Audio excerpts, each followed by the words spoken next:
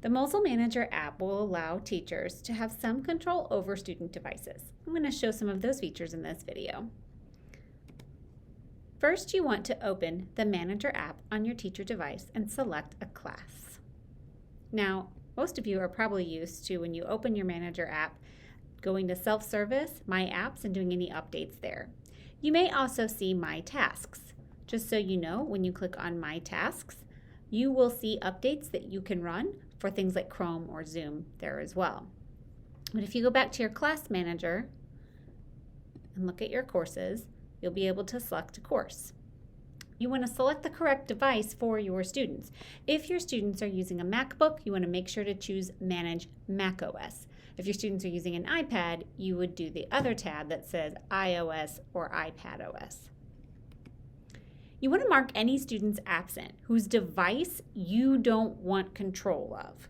So if you've decided that you only have 3 students in your second hour class that you need to kind of lock down their device for them because they aren't making good choices, you could mark everyone else in the class absent except those 3 students. So this isn't actually doing attendance. This is just saying which devices do I want to control right now to start a session with. And if a student needs to leave in the middle of class, when you're running one of these sessions, you can just mark them absent and it'll release their device. Before you start a class, you do want to set a class duration. So if I open up my class here, choose macOS, mark any students absent who aren't actively participating and learning with me. I can come over here to the left and you can see that there are some options. Now before I start this class, or right now I could be at home. I don't necessarily need to be at school to do some of the prep work here.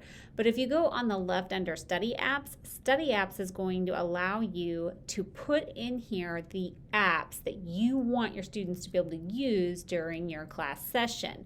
So you can limit this to 1 thing, 2 things, 5 things. You can put as many things in here as you want.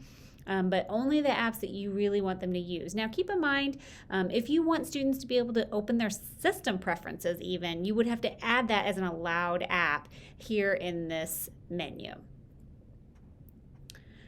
Okay, so if I want to add any other applications to this list, then I would click Add Applications, and where it says Filtering the Apps By, I always choose Installed Apps. So then you can search for an app. So if you wanted to do PowerPoint, for example, you can search for that and it will give you an option to select that, and you can see it was going to add it over here. And then you can hit the green check mark and be done. Or you can unselect something and it will not put it in there. So that's kind of what that looks like. So I've got Chrome, iMovie, Keynote, Notes, Reminders, Safari, Stickies, and System Preferences. Those were the apps that I know I'm going to want my students to be able to have access to during class. But again, you can limit this to whatever you want. So you can set those ahead of time. You can do that before you ever start the class. If I click on class over here on the left, then before I start this class, I want to set my duration. I would recommend doing like a 20, 30-minute duration and not necessarily the entire class period, just to give you those devices some time to get released. You can always start another duration if you need to. And then you can choose to hide the apps not listed on the study apps right out of the gate, or you can wait and turn that on. It's up to you. And I would recommend, if you are going to harshly limit what students have available to them, my advice, just raising a teenager, is I do everything very transparent. I know with my own 14-year-old daughter, if I lock something on her device without telling her I'm going to lock it, it makes her more mad. So if I were doing this in a classroom with students, I would probably say, okay, I'm going to use the Manager app today to help you monitor your time. So for the next 20 minutes, you're going to be locked in Keynote. So you could be very transparent with how you choose to use this with students. So I'm actually not going to turn this on right this second, and I'm just going to go ahead and say Start Class. You want to make sure that you end this class as soon as you're done controlling student devices, because if my students shut their lid and leave and I don't end the class, or I end the class and their device doesn't get the command, it could keep them locked out of their device. So it's very important that you end the class. And if you do need to manage your absent students, because let's say you have a student who's leaving, you can do that from here as well. You just want to make sure that that student device gets released, because as long as I'm controlling the student device, up in the student's menu bar, this right here, this little TV with a manager icon on it is showing the student that I'm controlling their device. So if I end the class or mark them absent, that will go away. And when that goes away, they're free to shut their lid and they're not going to be locked out. So once I start my class, I'm going to see my students in here under status. And I could, if I wanted to right now, go to my study apps, check and make sure these are the ones that I actually want running on my student's device, and then I can turn that on. Now, once I turn that on, it really is going to limit my student to just these things. And it may take up to 30, 40 seconds for that command to get sent to the device. It's not instant, but it's pretty quick. So I'm using study apps right now. So this student can open Safari, but one of the apps that I did not allow was Pages. So if I try to open Pages, basically what will happen is the app just sort of bounces and nothing happens. So right now, Pete cannot open Pages. But if I wanted Pete to open Keynote, Keynote should open because it is one of the allowed apps.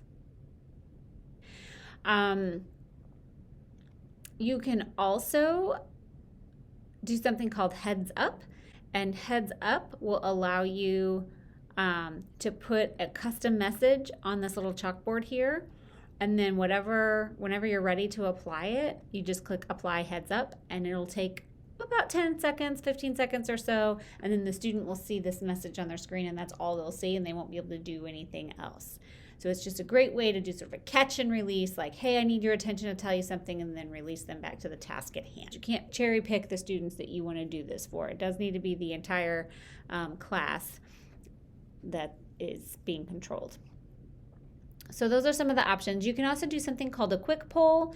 The quick poll you would do on the fly, but you would just enter your question and you can do a short answer or multiple choice. So this is a great way to do a bell ringer or an exit ticket to gather some data from your students before they head out the door. So you can even select, say, finish when the class ends, or select a duration. So you could do, hey, my quick poll is only going to be open for the next 5 minutes, but that poll will open on the student devices and then they can answer the questions and you'll get some just quick data. The class feed is disabled. Even though you can type something here and send it to your students, they don't get it. It's just disabled, so students aren't messaging with this.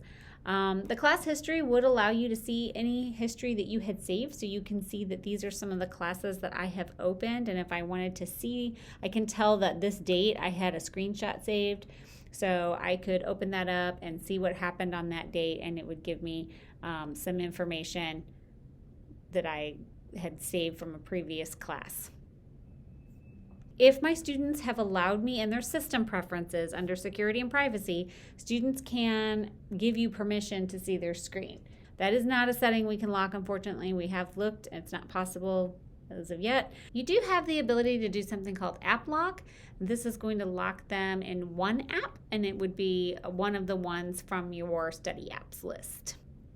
If you go to settings, this will allow you to do a class nickname, and you can also add teachers to your class. One thing that is not really going to work at all is study sites.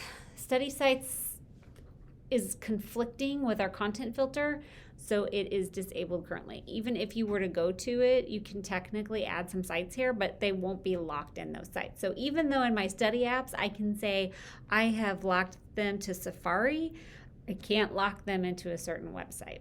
So I'm going to end the class, and if I wanted to start another class right now, I just hit start class again.